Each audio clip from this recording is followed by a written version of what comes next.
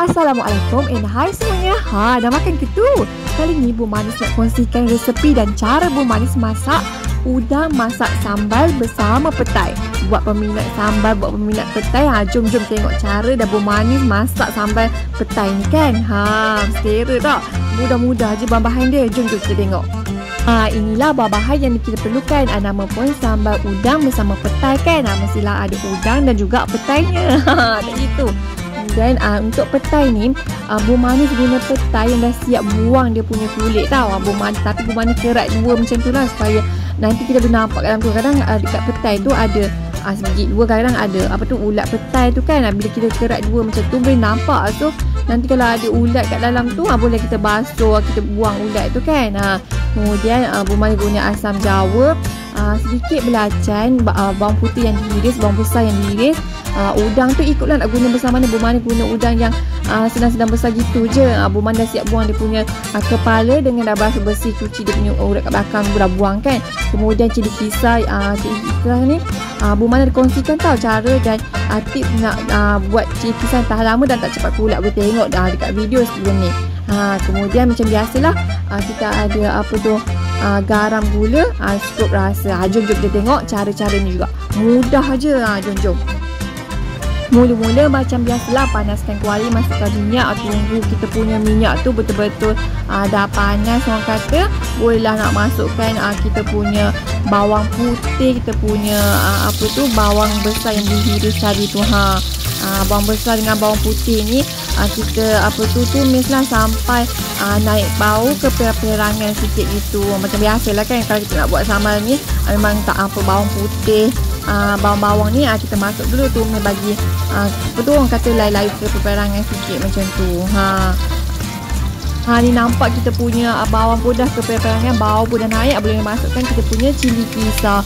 Untuk cili kisar tu Bu Manis masuk dalam 2 sudu besar, sudu besar sup macam tu. Kemudian tumislah kita punya sambal tu, masak punya sambal sampai pecah minyak. Sambal orang kata cili tu masak elok lah. Kalau sambal ni kan, memang apa-apa sambal lah, tak kira sambal udang ke, sambal ikan bilis ke, sambal apa-apalah, memang kita kena pastikan kita punya cili tu ada pecah minyak, baru nanti kita punya sambal tu sedap. Kemudian sayang pula ada sikit-sikit cili dekat sini bekas kan, bubur sikit air, bocor goncang tadi macam tadi tu, masuklah kan kita punya kuali ni. Nampak tu kita punya sambal pun dah pecah minyak tu kan. Dah cantik elok dah juga tu. Sambil-sambil tu gaul lagi. Sebab kita nak pastikan kita punya sambal tu betul-betul pecah minyak. Dah macam ni, bolehlah masukkan asam kita punya belacan. Untuk belacan tu nak masuk macam tu pun boleh, tapi kadang-kadang Bu Manis suka hancurkan dia dengan air sikit kan, supaya nanti belacan tu dia lagi senang lah nak masak orang kata. Bila masuk belacan ni memang bau semua bak harum lah kan kita punya sambal tu. Lagi saya nak buat sambal ni pun sambal belacan. Belacan tu memang penting. Belacan tu kena yang sedap lah, yang tak bau bacin kan orang kata, sebab setengah ada belacan tu bau bacin. Dah macam ni bolehlah masukkan kita punya sedikit asam jawa. Bu Manis guna asam jawa yang ada biji tu. So kena orang kata kena bantu sikit dengan air bila di-press macam tu kan. Lepas tu tapi jangan ambil pula biji dia tau. Tapi macam ni lah.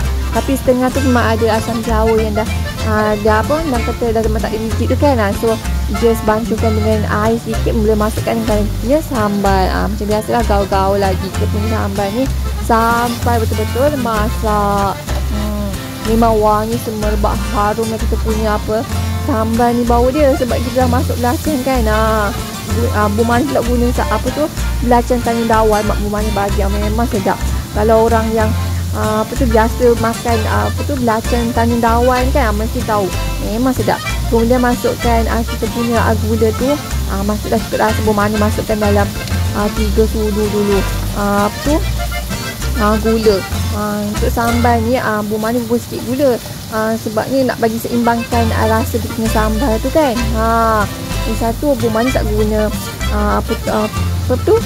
Pak Haji ke apa, tapi kalau kawan-kawan dia biasa guna boleh je, tak ada masalah pun.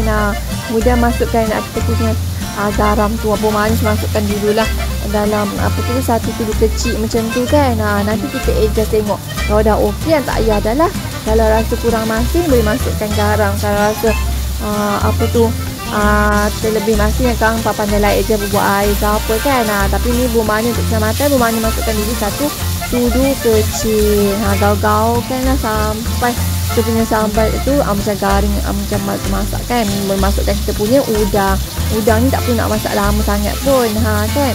Bagi orang kata udang tu masak lah, jangan sampai mentah pula. Tapi udang tak perlu masak lama pun kan. Sebab macam udang ni dia cepat masak orang kata. Gaul-gaul gitulah. Untuk sambal udang ni Abang Manis suka masuk sekali dengan udang yang tak kopek kulit lagi. Sebab udang dia tak kopek kulit lagi, dia punya kulit tu lagi dapat memanaskan, lagi menyedapkan lagi kita punya sambal ni. Masuk kita punya ni petai tu. Masuklah petai kita. Untuk petai ni setengah orang suka guna kulit-kulit dia kan. Boleh juga kikis dulu kulit tu. Tapi kalau untuk bawang manis, kalau yang petai yang tak buang kulit tu, selalunya bawang manis buat untuk ikan bilis, sambal ikan bilis bersama petai. Yang petai tu gimana kikis dia punya kulit sikit, potong-potong lah kan. Boleh juga. Tapi untuk kalau sambal udang ni, bawang manis suka guna dia punya petai biji dia punya kulit tu, bawang manis buang siap-siap. Ni memang dah orang kata semua buat harum betul-betul dah dengan bau petainya tu kan. Tak sabar nak makan. Ada nasi putih panas-panas. Sedap dah ni. Ni kira dah siap dah ni kita punya sambal petai ni.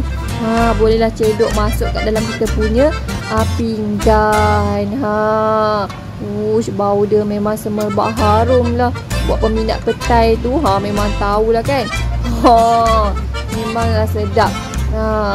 Makan pula dengan nasi panas-panas tu, ada ikan goreng sikit ke, memang dah sedap. Alhamdulillah. Inilah kejadian kita punya sambal udang bersama petai siap dihidang buat seisi keluarga tercinta. Gitu kan. Nampak menyerekan kan. Memang menyerekan pun. Alhamdulillah. Makan pula dengan nasi putih panas-panas tu, bubur sikit kicap kan. Memang orang kata yang diet tu hancur juga diet. Tapi tak apalah, sekali kan. Mau bertambah-tambah juga nasinya ni. Kan. Lepas tu lagi satu, kalau makan petai ni macam biasalah, faham lah kan. Dia kadang cuci perut tu kan.